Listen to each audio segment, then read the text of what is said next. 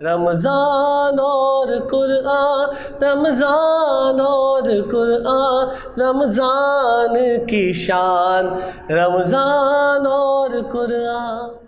اعوذ باللہ من الشیطان الرجیم، بسم اللہ الرحمن الرحیم۔ اللہم صلی علی سیدنا محمد النبی الامی وعلی آلہ وبارک وسلم وصلوا علیہ۔ دیکھنے والے تمام ہی معزز ناظرین اور سامعین کو آپ کے میزبان اسد اللہ صدیقی کی طرف سے السلام علیکم ورحمۃ اللہ۔ M7 میٹرو نیوز کی جانب سے آپ سب کو 15ویں شعبان کی محفل میں خوش آمدید کہتا ہوں، اور میرے ساتھ موجود ہیں غزالی مسعود رشیدی صاحب۔ آئیے ان سے ملتے ہیں اور بات کرتے ہیں کہ اس شعبان کی 15ویں شب کی کیا اہمیت ہے اور کیا ہے۔ السلام علیکم۔ وعلیکم السلام ورحمۃ اللہ وبرکاتہ، خیریت سے ہیں؟ جی الحمدللہ، آپ سنائیں کیسے ہیں؟ الحمدللہ۔ سب سے پہلے تو میں آپ کا بہت شکر گزار ہوں کہ آپ نے اپنے اتنے قیمتی شیڈول سے ہمارے آج کے اس پروگرام کے لیے ٹائم نکالا۔ اور اچھا غزالی صاحب، میں یہ چاہوں گا جاننا کہ آج کی شب کی کیا فضیلت ہے اور کیا ہے، تھوڑا سا رہنمائی کیجیے۔ دیکھیں بھائی، رہنمائی کرنا تو سارے علماء دین نے بتایا ہوا ہی ہے، مگر خاص 15ویں شب کے بارے میں اگر ہم حدیث کو دیکھتے ہیں تو نبی کریم صلی اللہ علیہ وسلم نے بھی اس بارے میں بولا کہ 15ویں شب ہے یہ۔ بالکل، اس میں جو ہے آپ جو بھی اللہ جل شانہ کے لیے کر سکتے ہیں، دعاؤں کا اہتمام، خاص طور پہ دعاؤں کا اہتمام کرنا ہے، اس لیے ہم وہ کرتے ہیں۔ اور اس کام کو جب ہم کر رہے ہوتے ہیں اور درود کے حوالے سے جب ہم درود پڑھ رہے ہوتے ہیں تو یہ نبی کریم صلی اللہ علیہ وسلم ہی کے لیے ہے۔ کیا بات۔ اور اس رات میں خاص طور پہ اللہ جل شانہ جبرائیل اور میکائیل بھی کہتا ہے کہ ہر رات میں اس رات میں آپ نیچے جائیں اور جا کے دیکھیں گھر میں کیا ہو رہا ہے، کیا کر رہے ہیں، دیکھو میرے بندے کیا کر رہے ہیں۔ بے شک۔ تو اس میں نماز پڑھ رہے ہوتے ہیں، الگ الگ انداز پیار کرنے کا، تو درود بھی پڑھ رہے ہوتے ہیں، تو یہ دیکھتے ہوئے اللہ کو جا کے بتاتے ہیں اس طرح، تو وہ خوش ہوتے ہیں۔ تو اس رات میں یہ ہے کہ ہمارے اعمال آگے جاتے ہیں، جو اللہ جانتا ہے وہ فرشتے نہیں جانتے، کہ ان کو دیا جاتا ہے کہ یہ آپ کا ہے، اس بندے کو ہم نے ترقی دینی ہے، اس بندے کو ہم نے واپس بلانا ہے۔ تو یہ سارے اعمال اس لیے ہوتے ہیں، ایک سال کی جو بھی میٹنگ ہوتی ہے، اس لیے اللہ جل شانہ نے وہاں پہ بھی ایک میٹنگ یہ کی گئی ہے، اسی طرح سے۔ ماشاء اللہ، غزالی صاحب سے باتوں کا سلسلہ چلتا رہے گا۔ اب چلتے ہیں نبیل صاحب کی طرف اور ایک نعتیہ اشعار کو سنتے ہیں ان سے کہ آپ صلی اللہ علیہ وسلم کی جیسے شان کے مطابق ان سے بات کرتے ہیں۔ ماشاء اللہ۔ جو ہو چکا ہے، جو ہوگا حضور جانتے ہیں، جو ہو چکا ہے، جو ہوگا حضور جانتے ہیں۔ کہاں ہے عرش معلا، حضور جانتے ہیں۔ وہ مومنوں کی تو جانوں سے بھی قریب ہوئے، کہاں سے کس نے پکارا، حضور جانتے ہیں۔ جو ہو چکا ہے، جو ہوگا حضور جانتے ہیں۔ پہنچ کے سدرا پہ روح امی یہ کہنے لگے کہ یہاں سے آگے کا رستہ حضور جانتے ہیں۔ جو ہو چکا ہے، جو ہوگا حضور جانتے ہیں۔ ماشاء اللہ، سبحان اللہ، کیا خوب اشعار تھے۔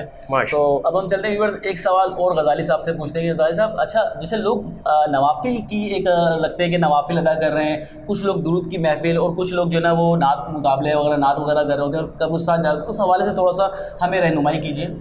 دیکھو بھائی میرے، یہ اللہ جل شانہ سے محبت کرنے کا انداز ہے، ٹھیک ہے، اور محبت چاہے آپ اشعار کے انداز سے کریں، کیا بات ہے، ٹھیک ہے، محبت چاہے آپ خدمت ادب کے انداز سے بیٹھ کے کریں، تو یہ سب کا محبت کرنے کا انداز ہے۔ ایک ماں سے اگر 4 اولادیں تو سارے 4 اولادیں محبت کرتی ہیں، تو اس میں کوئی حرج نہیں ہے، جیسے دل چاہے آپ وہ کریں۔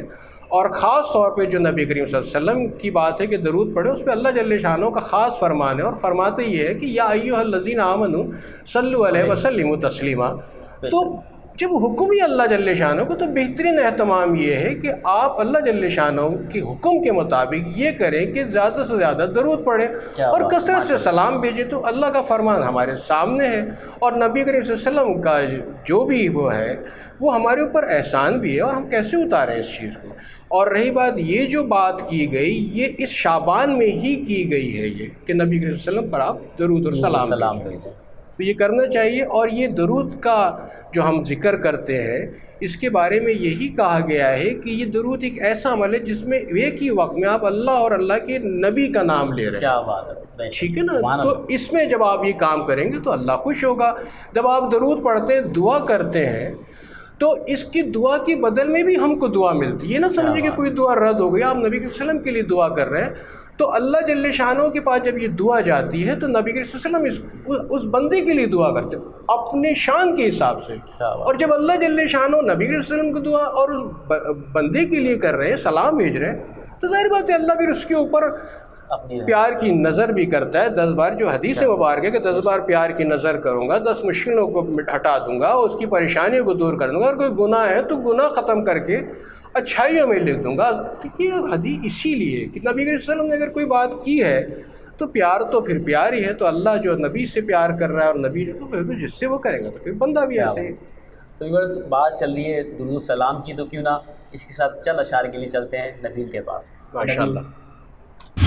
اے ختم رسل مکی مدنی، اے ختم رسل مکی مدنی، کونین میں تم سا کوئی نہیں، کوئی نہیں. اے ختم رسل، اے ختم رسل مکی مدنی، کونین میں تم سا کوئی نہیں، کونین میں تم سا کوئی نہیں. ہے نور مجسم تیرے سوا، اے نور مجسم تیرے سوا، محبوب خدا کا کوئی نہیں، کوئی نہیں. اے ختم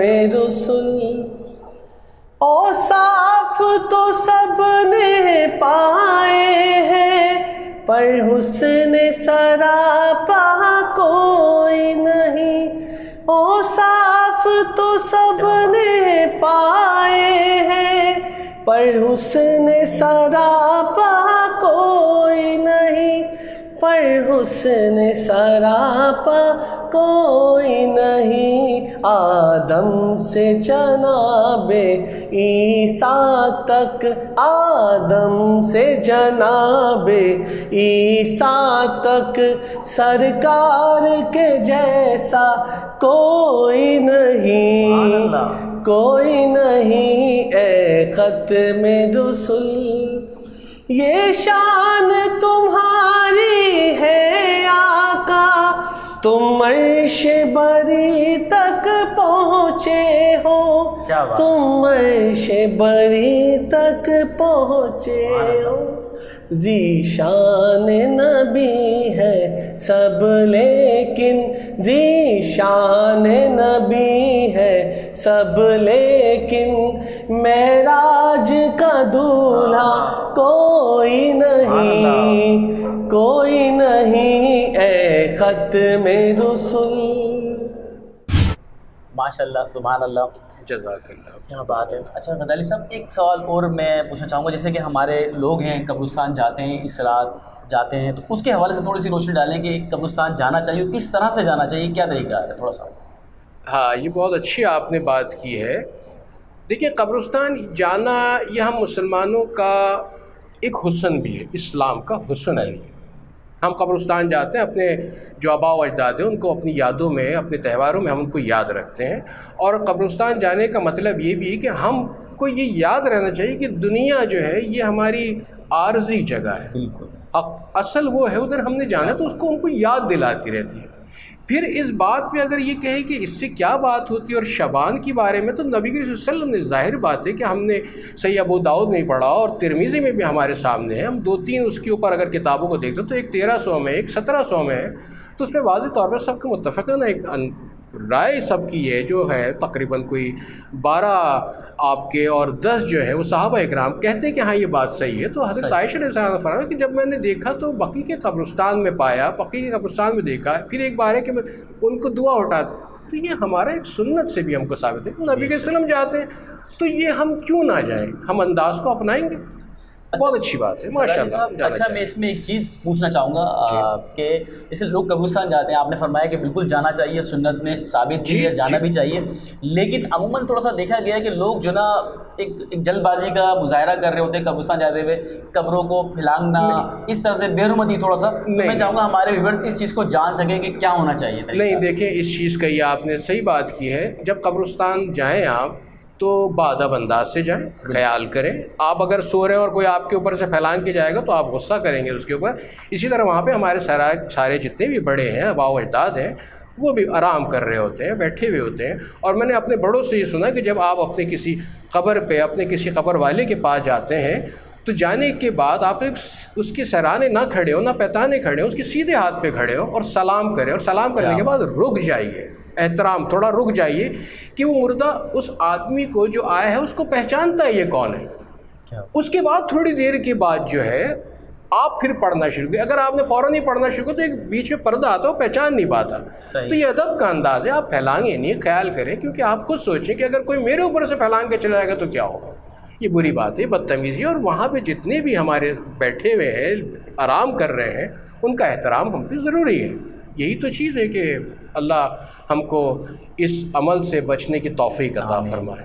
تو ویورز، یہ غزالی صاحب نے ایک بہترین طریقے سے ہمیں یہ میسیج دے دیا، سمجھا بھی دیا کہ دیکھیں جو سنت کے مطابق یہی کہ طریقہ ہے کہ آپ ادب کریں، تہذیب کریں، اور آپ صلی اللہ علیہ وسلم کے اس پر اسی طرح درود و سلام بھیجتے رہیں۔ تو ویورز، پروگرام کا وقت اب ختم ہو جاتا ہے، اپنا بہت خیال رکھیے گا، انشاءاللہ نیکسٹ ایپیسوڈ میں پھر حاضر ہوں گے، اس وقت تک کے لیے اللہ حافظ، پاکستان زندہ باد۔ رمضان اور قرآن، رمضان اور قرآن، رمضان کی شان، رمضان اور قرآن۔